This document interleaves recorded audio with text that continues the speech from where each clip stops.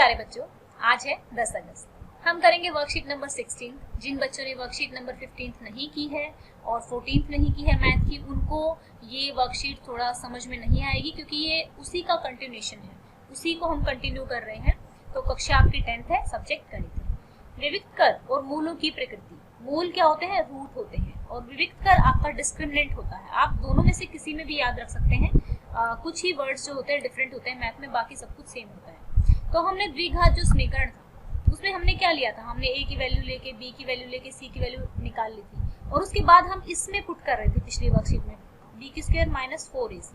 तो इन्होंने ये हमें हेल्प कर रहा था ना कि भाई अगर ये ग्रेटर देन 0 होगा तो रूट पॉसिबल होंगे, अगर लेस देन 0 हो जाएगा तो पॉसिबल नहीं होगा, हमें आगे नहीं करके देखना पड़ रहा था। तो इसको इन्होंने अब की बार एक नाम दे दिया। जैसे मैंने पिछली बार भी कहा था कि मैं इसको डी लिख सकती हूँ, तो वो डी इसलिए लिख दी थी क्योंकि इसको डिस्क्रिमिनेंट कहा जाता है। क्यों कहा जाता है?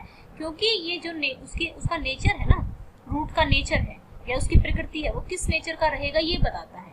तो ये डिटरमाइन करता है, निकालता है। रूट क्या होते हैं? मूल होते हैं।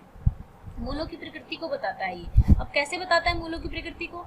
जब हम वैल्यू निकालेंगे तो ये बताएगा कि भाई अगर ग्रेटर देन 0 है तो दो अलग अलग रहेंगे रूट, और अगर दोनों बराबर हैं, ठीक है, दोनों बराबर हैं, जब ये जो 0 के इक्वल होगा, जब ये 0 के इक्वल आ जाएगा इसकी वैल्यू, तो ये बराबर हो जाएंगे।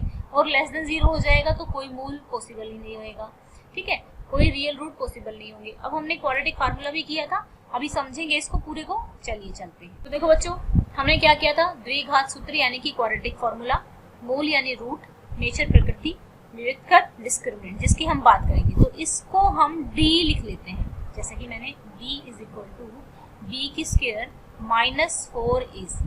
अब आपको ध्यान क्या रखना है, जब इसको निकालेंगे ना, अभी क्वेश्चन के थ्रू भी करेंगे, जब इसको निकालेंगे जैसे b की स्क्वायर माइनस 4ac, अगर ये इक्वल टू 0 होगा, इसकी वैल्यू अगर इक्वल टू 0 आ जाती है ना, इसको सॉल्व करने के बाद, तो हमारे कैसे रूट होंगे? हमारे जो मूल हैं उनका नेचर कैसा होगा, प्रकृति कैसी होगी उनकी?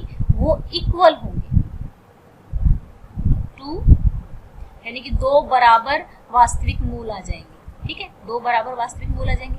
अगर ये आपकी वर्कशीट में दिया हुआ है ये पूरा का पूरा b की 4ac अगर ग्रेटर देन 0 आ जाता है, ठीक है, तो दो अलग अलग डिफरेंट डिस्टिंक्ट, ठीक है, दो अलग अलग भिन्न वास्तविक मूल होंगे। अब अगर ये 4ac लेस देन 0 आ जाता है तो नो रियल रूट पॉसिबल, कोई रियल रूट पॉसिबल नहीं होगा। तो आज की वर्कशीट में हम क्वेश्चंस के थ्रू इस चीज को समझते हैं। तो चलिए, आपका क्वेश्चन दिया हुआ है कि भाई एग्जाम्पल आप खुद कर लेंगे, I hope so. 2x minus 5x is equal to 3, ठीक है। तो पहले a की वैल्यू लिख दीजिए, 2 है, b की वैल्यू कितनी है? -5 है, c की वैल्यू कितनी है? -3 है। तो पहले निकाल के देखें, फॉर्मूले में बाद में पुट करेंगे 4ac। अब नेचर निकालना है कि नेचर कैसा रहेगा। तो b की स्क्वायर मैंने किया यहाँ पे, तो b की वैल्यू मेरी कितनी है? -5। 4, a की वैल्यू मेरी कितनी है? 2 है, और मेरी c की वैल्यू -3 है। तो कितना हो गया? 24 हो गया। माइनस माइनस क्या हो जाएगा? प्लस हो जाएगा। यहाँ पे -5 इंटू -5 होगा तो 25 हो जाएगा, तो ये 25 हो गया, दोनों प्लस हो गए। तो वैल्यू कितनी आ गई? 49 आ गई। 49 हमारी यहाँ पर वैल्यू आ गई। अब ये देखिए, जैसे कि मैंने कहा था कि भाई जो वैल्यू होगी यहाँ पे, कि अगर ये क्या है, लेस देन 0 तो है नहीं, b की square minus 4ac is equal to 0। ये क्या है? ग्रेटर देन 0 आई ना, 49 क्या है? ग्रेटर है 0 से। तो कैसे रूट पॉसिबल होंगे? दो भिन्न वास्तविक मूल, या फिर टू डिस्टिंक्ट रियल रूट्स, ठीक है, ऐसे आप लिख लेंगे। अब इसको क्वेश्चन को सॉल्व करते हैं। वैसे क्वेश्चन सॉल्व करना जरूरी नहीं है, लेकिन फिर भी थोड़ा सा प्रैक्टिस हो जाएगी, क्योंकि सिर्फ ये पूछा हुआ है कि नेचर कैसा है। तो नेचर हमने बता दिया कि b की स्क्वायर माइनस 4ac बड़ा है 0 से, तो दो भिन्न वास्तविक रूट या फिर टू डिस्टिंक्ट रियल रूट आएंगे। अब यहाँ पर देखो, अब हमारा क्वाड्रेटिक फार्मूला क्या हो गया? माइनस का b प्लस माइनस, मैं b की स्क्वायर माइनस 4ac को d लिख लेती हूँ, और 2a, a की वैल्यू मेरी अभी रख देते हैं यहाँ पे -b, यानी कि माइनस का 5 है b, प्लस माइनस डी की वैल्यू कितनी आई भाई 14 आई। अब देखते हैं हमारा यहाँ पे 2 ए की वैल्यू 2 की 4 आ गई। तो यहाँ पे देखिए माइनस माइनस प्लस हो जाएंगे तो 5 हो गया, प्लस माइनस 49 किसका रूट होता है 7 का, तो ये 2 × 2 4 हो गया। तो एक बार इसको क्या करेंगे प्लस करेंगे, इसको एक बार माइनस करेंगे। ये चीज समझ में आ गई थी ना पिछली बार? किसी को नहीं समझ में आई तो बताना, फिर मैं बनाऊंगी वीडियो बनाऊंगी इस पर। 7 और 5 12, 4 एक रूट तो क्या हो गया 3 हो गया, एक्स की वैल्यू एक रूट तो 3 हो गया। दूसरा क्या आ जाएगा माइनस करेंगे इसको, क्योंकि यहाँ पे प्लस माइनस 2 है ना, तो एक बार प्लस लेंगे एक बार माइनस लेंगे बीच में। तो ये हो गया माइनस का 2/4 तो -1/2। तो ये 2 रूट हमारे आ गए हैं। अभी आपका फर्स्ट सेकंड क्वेश्चन तो ट्रू फॉल्स पूछा हुआ है। अब थर्ड क्वेश्चन जब आप निकालेंगे ना, तो थर्ड क्वेश्चन में ये चीज दी हुई है, तो इसकी प्रकृति निकालनी है, इसका नेचर निकालना है कि जो रूट्स आएंगे इस इक्वेशन के वो कैसे होंगे। ठीक है, तो चलिए वैल्यू ए की वैल्यू क्या हो गई 1 हो गई, बी की वैल्यू क्या होगी -5 हो गई, सी की वैल्यू क्या होगी -7 हो गई। तो रूट्स की प्रकृति या फिर नेचर निकालने के लिए हम क्या करते हैं डिस्क्रिमिनेंट यानी कि विविक्तर में रखते हैं, देखते हैं भाई ये क्या आता है। तो b की स्क्वायर क्या है -5 की स्क्वायर हो गया, माइनस में 4, a की वैल्यू क्या है 1 है और c की वैल्यू क्या है माइनस में 7 है। तो माइनस माइनस प्लस हो जाएंगे 28 हो गया और ये हो गया 25। तो मेरी वैल्यू कितनी आ गई 53। ठीक है, अब ये हमने देखा कि b की स्क्वायर -53 बड़ा है ना 0 से, b की स्क्वायर -4ac कितना आ गया 53, that is equal to greater than 0।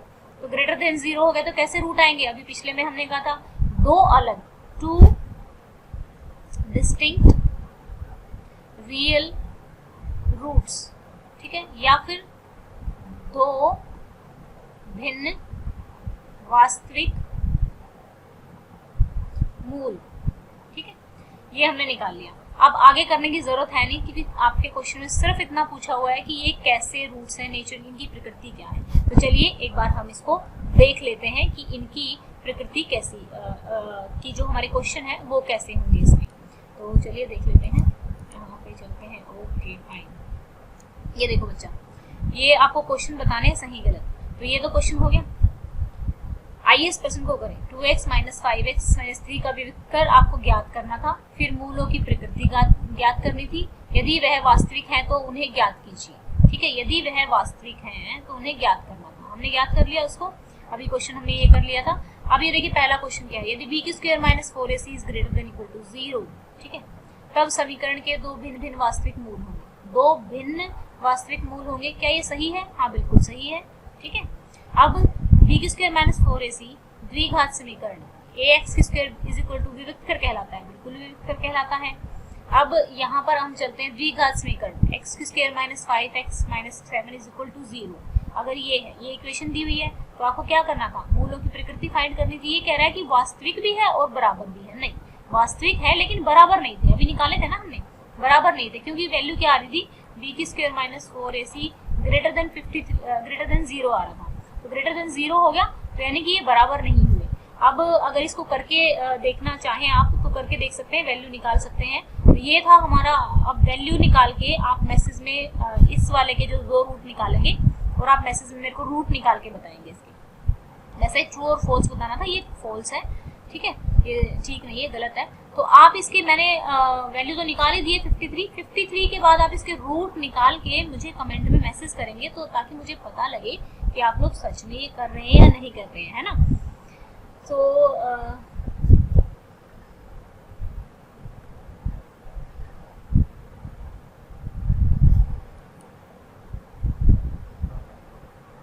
I hope ये आपको समझ में आ गया होगा, और अगर कोई प्रॉब्लम है तो आप कमेंट कर सकते हैं। बाकी आप लोगों के कमेंट आते हैं तो मुझे बहुत अच्छा लगता है।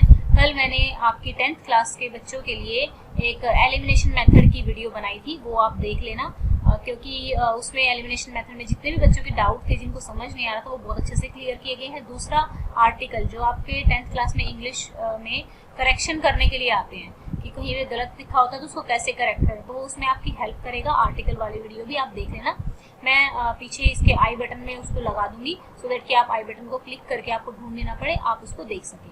ठीक है बच्चों, तो अब आपको वीडियो को शेयर करना है ताकि उन बच्चों तक भी ये वीडियो पहुंच सके जिनको चीज़ें थोड़ी कम समझ में आती हैं, और वो भी हमारे कम्युनिकेशन में आ सके, हमें मैसेज कर सके कि मैम ये चीज़ समझ नहीं आ रही है। और आपको सब्सक्राइब करना है, वीडियो को लाइक करना है। अगर आप लाइक करते हैं तो मुझे बहुत अच्छा लगता है। और आप लोगों इतना प्यार दे रहे हैं, इतने लोग हमारे साथ जुड़ रहे हैं, thanks for that. Have a nice day, may God bless you.